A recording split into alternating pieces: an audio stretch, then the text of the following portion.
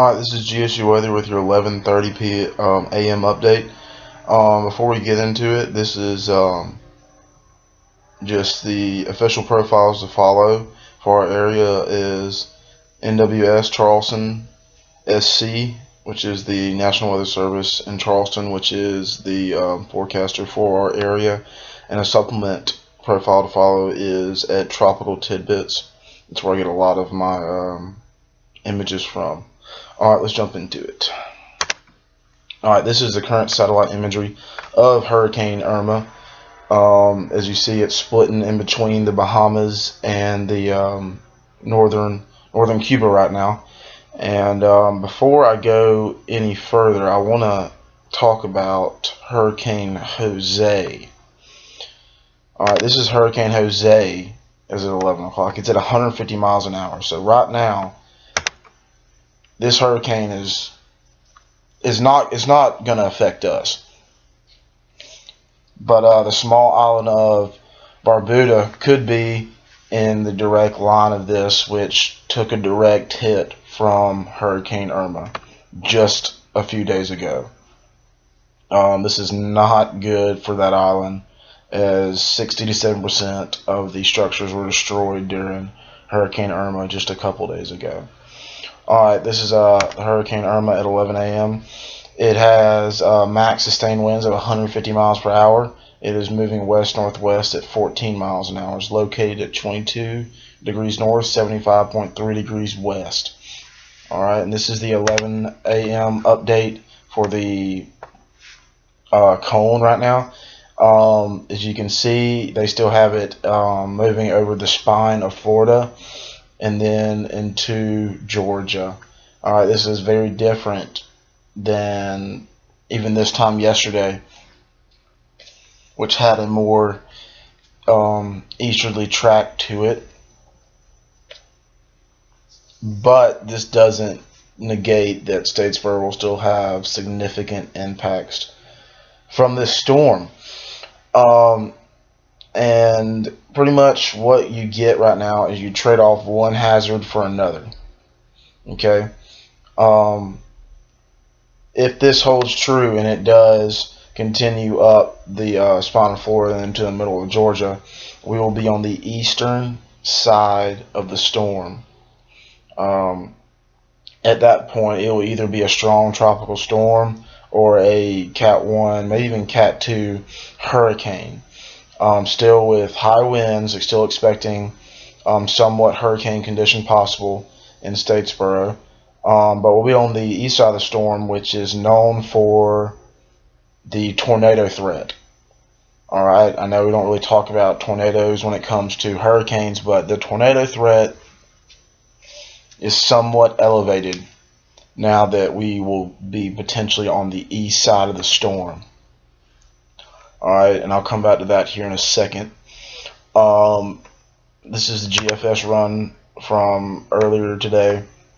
As you see, it has it going up the spine of Florida and then into Georgia and dropping ridiculous amounts of rain over the eastern side. You can see how much stronger the eastern side is compared to the western side, and that is just because the eastern side is pulling moisture from the ocean. The European is about the same as the GFS right now. It's pretty concise of this is what the models think as of right now. This is the hurricane model tracks, pretty much the same as the models. But here, this is just a quick update. Let me get into just specific Statesboro right now.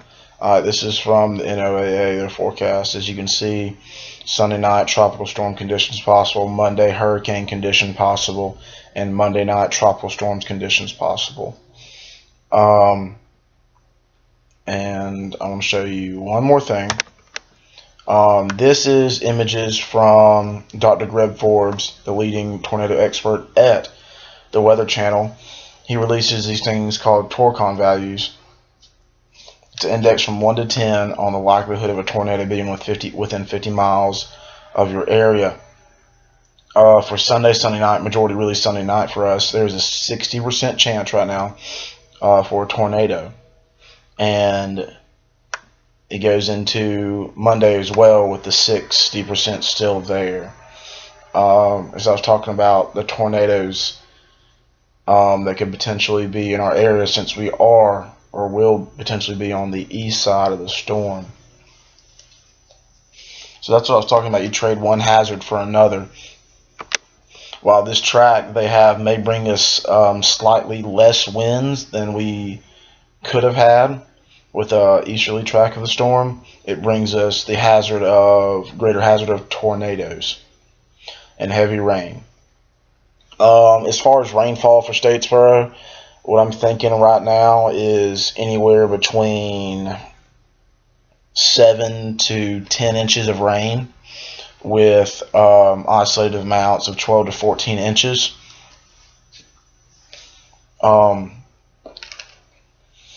And that's pretty much all I have right now. I will kind of get into the dynamics of the storm real quick before we get out of here. Alright, so Hurricane Irma is still, in between the Bahamas and Cuba. And the two main factors that we're looking at that will steer Irma in one direction or another is, one, the high pressure that is off to the east-northeast, and the upper level low that will move into Mississippi, Alabama area in a couple of days. Alright, the high pressure is what's going to turn it north. Or it's a combination of the high pressure with the upper level low. But these are all moving variables right now, and we're getting more certain on when this is going to turn north. But as you see,